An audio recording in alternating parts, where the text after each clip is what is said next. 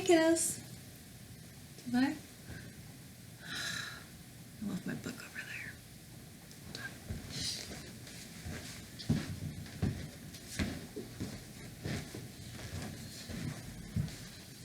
All right. Got my mom shorts on. Got my book. Let's read. Dr. Proctor's Fart Powder. We are on chapter 18. The even greater escape. The sun came up over Oslo and Akershus fortress, and there was a great commotion there. "What do you mean?" growled the commandant. "The gunpowder from Shanghai is missing." "It disappeared while we were unloading it while the wharf yesterday afternoon, sir," said the steadfast, but obviously nervous guardsman in front of them. "Disappeared? How is that possible?" "The longshoreman swears it was eaten by a big snake, sir." The commandant's growl made the window panes in his office rattle. "Are you trying to convince me that some snake ate the whole crate of gunpowder?" "No, sir. The longshoreman is trying to convince me of what I'm trying to convince you, sir." The commandant's face was now so red and his stomach so inflated that the guardsman was afraid he might explode at any moment. "Excuses! The Butterfingers dropped the crate in the water. Do you know what this means, my dear cannoneer?" And the cannoneer knew what it meant. It meant that for the first time in over 100 years, there wouldn't be any royal salute. People from Stromstad, just across the border in Sweden to Poland, and yes, even all the way to Madagascar, would scoff at their little country way up north, make fun of them, and call them things that rhyme with Norway. Gorway and Borway and Sporway, and things that might not sound so bad in English, but that could mean really preposterous things in Madagascarian. "What do we do now?" asked the cannoneer. And it looked like a big red balloon that suddenly popped. The commandant sank down into his chair, thumping his forehead against his desk, and then stopped moving. He tried to say something, but his lips were squashed against the top of the desk, so it was impossible to understand him. What?" said the cannoneer. The commandant raised his head off the deck. "I said, I don't know." But the sun kept shining and smiling as if nothing had happened, and it really shouldn't have on a day like this, because let's review the situation, dear reader. The commandant's gunpowder is missing. Nilly has been eaten. Dr. Proctor is in jail, and his powder has been stolen by the evil Trained family. So why does Lisa seem both happy and unconcerned as she plays her clarinet and marches down the streets of the city in the Dolgen School marching band at the crack of dawn on the day before Independence Day? Could she have forgotten all of their problems? Is she maybe not who we thought she was? Does she actually not care about her friends at all? Or does she know something we don't? Perhaps, but we also know something she doesn't know. We know that Nilly was eaten by an anaconda. And the only other one, aside from us and the snake, who knows that, is Nilly himself. "I've been eaten by an anaconda," Nilly thought as he sat there in the darkness inside a snake's body that was moving and slithering as the ceiling and walls dripped. He was still sore from having been kneaded through the jaws, snakes, and throat. The snake's jaws and throat. But there was more room in here, and he was still more or less in one piece. But of course, that was just a matter of time. because he knew from page 129 and Animals You Wish Didn't Exist that the stuff dripping on him was a highly corrosive blend of digestive juices. And that in time, it would dissolve Nilly's body into its individual components. And as it had done to the poor thing that had owned the metal collar Nilly had found when he'd wound up in there the night before. Sounds like our bowl. Nilly just had time to read the name engraved on the collar before this phosphorescent powder had stopped working. Attila. That was all that was left of the poor thing. The digestive juices had already started eating away at the soles of Nilly's shoes, and the scent of burning rubber stung his nostrils. There was little doubt that he was facing a slow and rather gruesome death. There was also little doubt that his hopes that the constrictor would sneeze or hiccup him back out were dwindling rapidly. There was no doubt that he had to think of something, and he had to do it in a flash. So Nilly thought of something. He put the envelope of Ferdinand powder out of his pocket. The constrictor, Anaconda, woke up suddenly.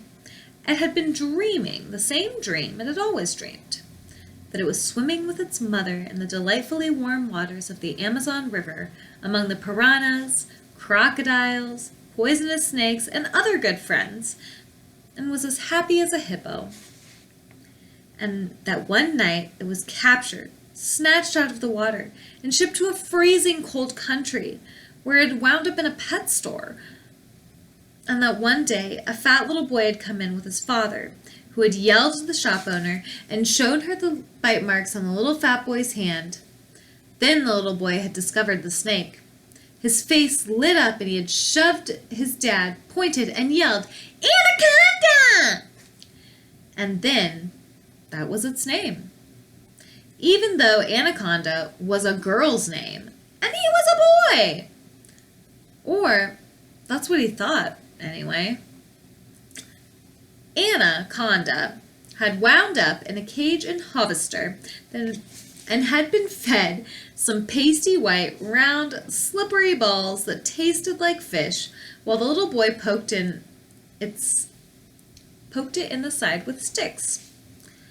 This had all happened more than 30 years ago, but Anaconda would still wake up from this awful nightmare and would have been drenched in sweat, if constrictors could sweat.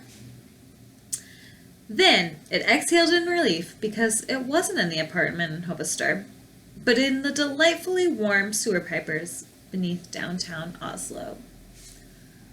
That boy who adopted Anaconda sounds awfully like the stinky little boy who had Attila as well. He even had bite marks on his hand, which is, if you remember, how Attila escaped from his cage. Could it be the same boy? I don't know. What had happened was that one night the little boy had forgotten to lock the cage, and Anaconda had managed to escape through the open bedroom window, down along the downspout to the street, where after a great deal of searching and a couple of hysterical women's screams, it had found a loose manhole cover. That first night in the Oslo municipal sewer and drainage system, it had lain curled up in a corner scared to death. But that had quickly passed. And by the next day, it had started doing what anacondas do. Squeezing the heck out of things and then eating them. And because there were lots of Rattus norvegicus, bats, and regular old mice down there. It wasn't quite the Amazon, perhaps, but it wasn't that bad either. Just the other day, it had even come across a genuine Mongolian water vole. Now that Anaconda had gotten so big, it had started easing up on constricting the food first. It just swallowed it, which was so much easier. It was pretty sure it remembered its mother saying that it wasn't good table manners to swallow food without properly squeezing the heck out of it first, but there wasn't anyone down here to notice, and Anaconda just swallowed the tiny glowing piece of meat with the red hair. And now it had the feeling that that might not have been such a good idea. Because the reason it had woken up was that it suspected something had exploded somewhere inside it, and that a massive burp was on its way and wanted out. And Anaconda suspected that the food was planning to go the same way. So Anaconda clenched its jaws shut as it felt its long body inflate. And inflate, but it didn't give up. It clenched its jaws harder. Its body was starting to resemble an enormous sausage-shaped balloon, and it was still swelling. But Anaconda didn't give up. What's eaten is eaten. It was so inflated now that its snaky black scales were smashed up against the sides of the sewer pipe. Its jaws ached. Soon it wouldn't be able to take any more. And the pressure from within was only getting worse. Soon it wouldn't.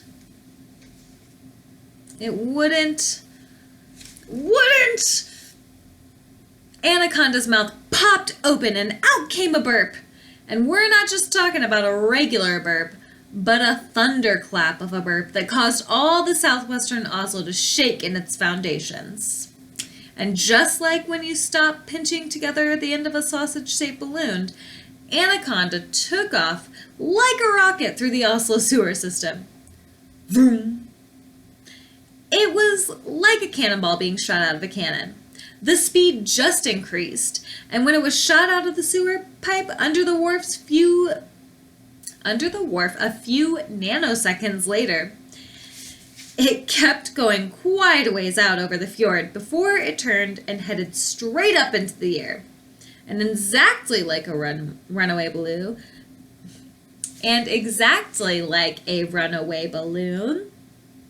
it made sudden, unpredictable turns all over the place, accompanied by a flapping, farting sound. Until it was completely deflated, and it landed like a moth-eaten lion pelt in a spruce tree somewhere out on the Nesodden Peninsula. There she is. Burping out Nellie, Anaconda. Kind of like the idea of a snake just...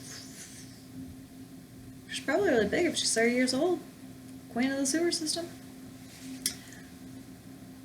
Nellie was lying on his back, floating in the sewer water like a piece of poop, as he stared up at the ceiling and laughed.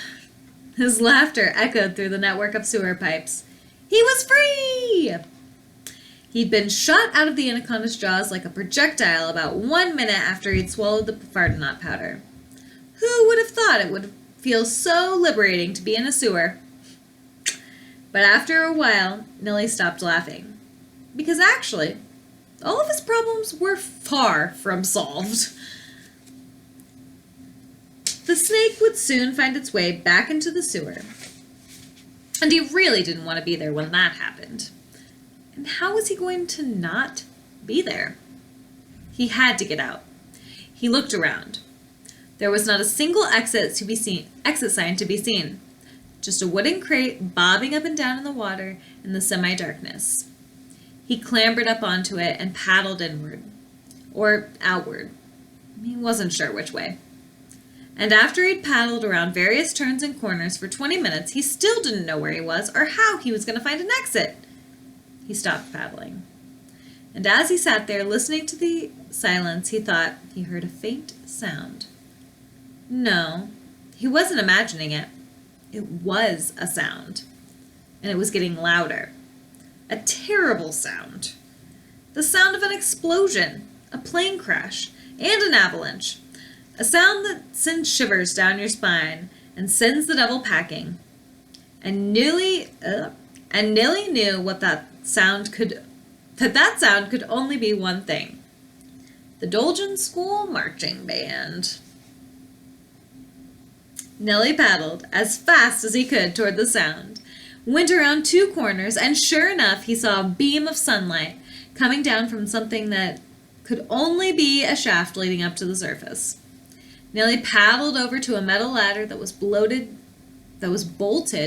to the side of the shaft and looked up. The ladder led up to where the light was coming from, somewhere way up above him. And sure enough, up at the top, he saw the bottom of a manhole cover. Man, I cannot read today. Nellie hopped off the wooden crate and climbed up as fast as he could. When he was halfway up, he glanced down, causing his heart to skip a beat and making him immediately promise himself that he wouldn't do that again. Sometimes it's just better not to know how high up you are.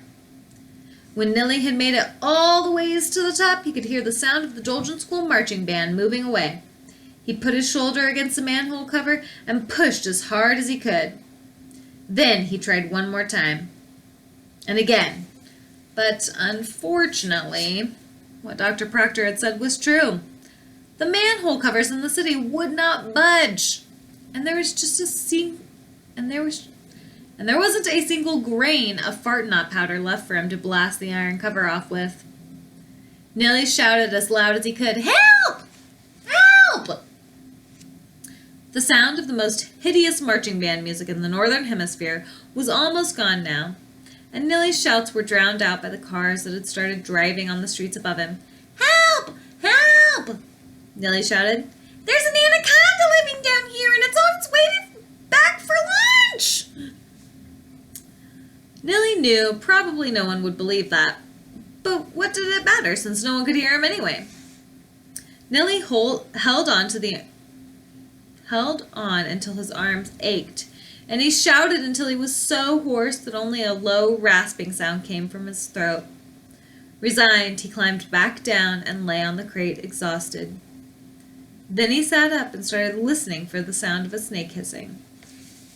And while he was sitting like that, he happened to see a ray of light from the manhole cover shine on some deep holes punched through the lid of the crate he was sitting on.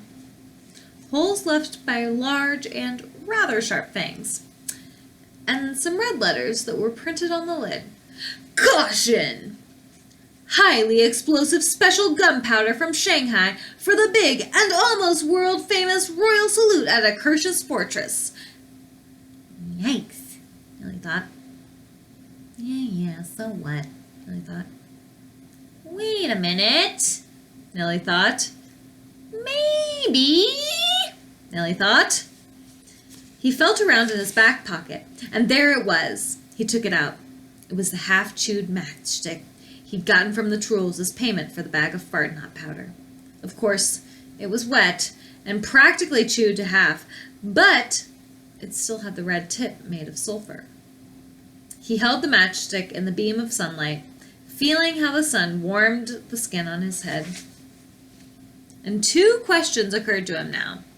Number one, how long would you have to hold a match in the sun on a morning in mid-May before it was dry enough to light?